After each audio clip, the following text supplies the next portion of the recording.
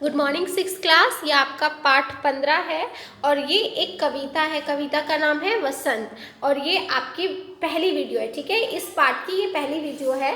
तो इस कविता में क्या बताया गया है? वसंत के बारे में बताया गया है। आपने पढ़ा होगा कि हमारे देश में अलग अलग ऋतुएं होती हैं, वर्षा ऋतु, वसंत ऋतु, शीत ऋतु। इसी तरीके से ये जो पूरी कविता है ये वसंत ऋतु पर आधारित है। ठीक है, इसमें हम वसंत के बारे में पढ़ेंगे। तो शुरू करते चलो वसंत की कहानी। आ प्यारी वसंत, आ प्यारी वसंत, सब ऋतुओं में प्यारी, तेरा शुभ आगमन सुन फूली केसर क्यारी।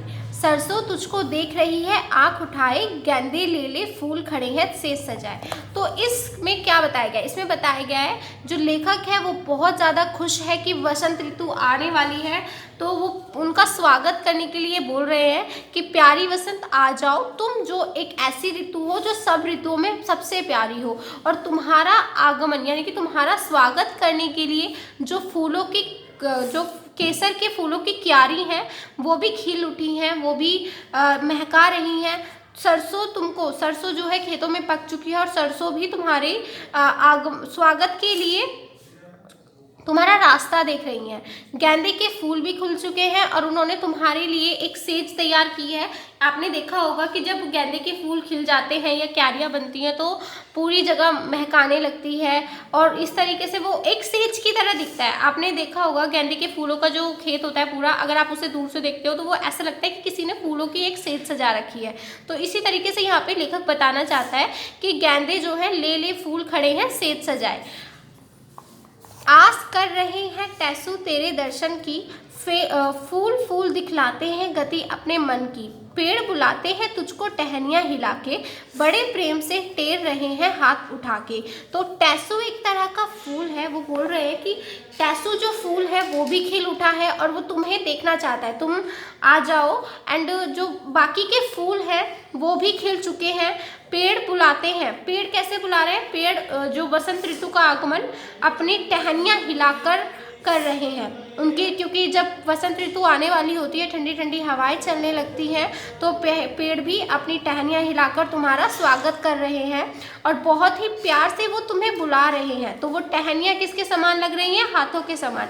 आपके अपनी टहनियों को हिलाकर पेड़ तुम्हारा स्वागत करने के लिए खड़े हुए हैं और बहुत ही प्यार से तुम्हें वो बुला रहे हैं।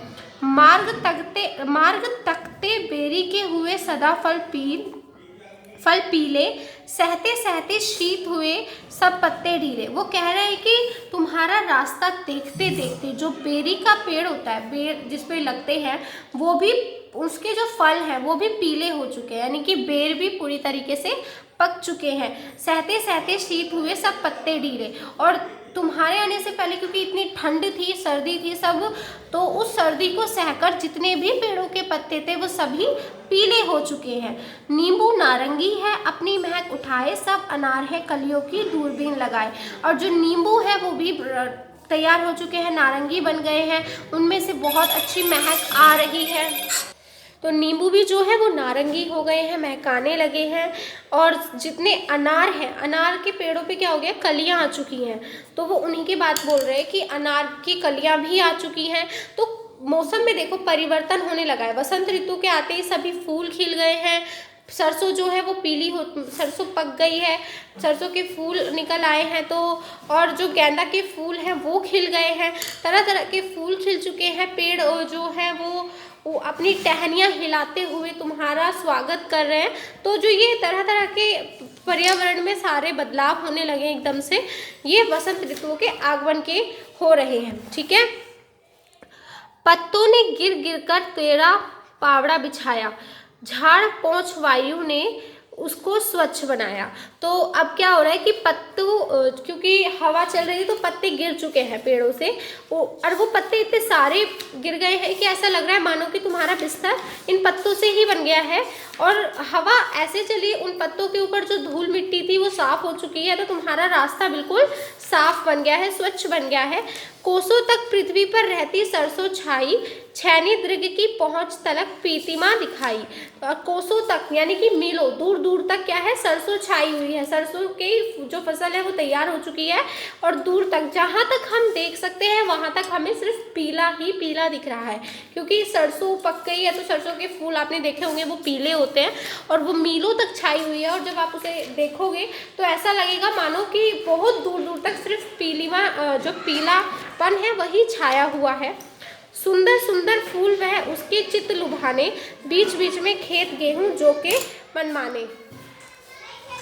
तो लेखक कह रहा है यहाँ पे कि सुंदर सुंदर फूल जो है वो इतने प्यारे लग रहे हैं, पूरे मन को मोह रहे हैं, तो वो बहुत महका रहे हैं। और बीच बीच में खेत हो गए हैं गेहूं के, जो के ये सब भी बदलाव हो रहा है प्रकृति में। पास चने के खेतों में बालक कुछ जाते, दौड़ दौड़ के सुरची साग खाते घर लाते। अब पास ही के खेत में चने उगे हुए हैं तो चने के खेत में बच्चे भाग जाते हैं और दौड़ दौड़ कर क्या करते हैं, जो साग के पौधे होते हैं उन्हें लेकर आते हैं और घर में साग बना के खाते हैं। आपस में सब करते जाते खिल्ली ठट्ठा, वहीं खेलकर खाते मक्खन रोटी मक्खा। तो वो कह रहे हैं कि सभी लोग जो है वो हंसी मजाक कर रहे हैं, बैठे हुए बातचीत कर रहे हैं और सभी लोग बहुत अपनी मक्खन रोटी मट्ठा को खा रहे हैं, हंसी मजाक कर रहे हैं मिल बैठ के। यानी कि वसंत ऋतु के आगमन पे सभी लोग बहुत ज़्यादा खुश हैं और तुम्हारे स्वागत के लिए सभी बहुत ज़्यादा खुश हैं और सभी मिलकर हंसी मजाक कर रहे हैं, अपनी रोटी खा रहे हैं। वो ही फागन पास ऋतुराज वही है, होली है और उसका सारा साज वही है। अहद देखने वाले इस अनुपम शोभा के कहाँ गए, चल दिए किधर मुँह छिपा छिपा के। तो वो कह रहे हैं कि ये जो ऋतुओं का राजा है वो कौन है, वसंत ऋतु।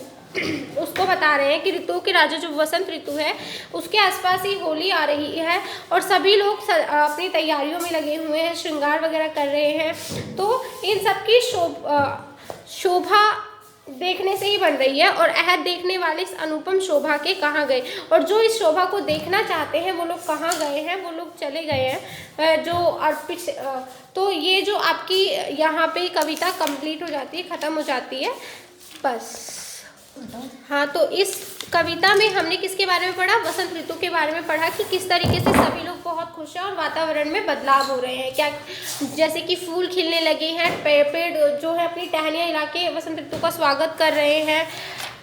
सरसों की जो फसल है वो तैयार हो चुकी है और बहुत सारा यहाँ पे परिवर्तन हो रहा है। लोग हंसी मजाक कर रहे हैं और इस वसंत ऋतु के आगमन का स्वागत कर रहे हैं, इस वसंत ऋतु का स्वागत कर रहे हैं।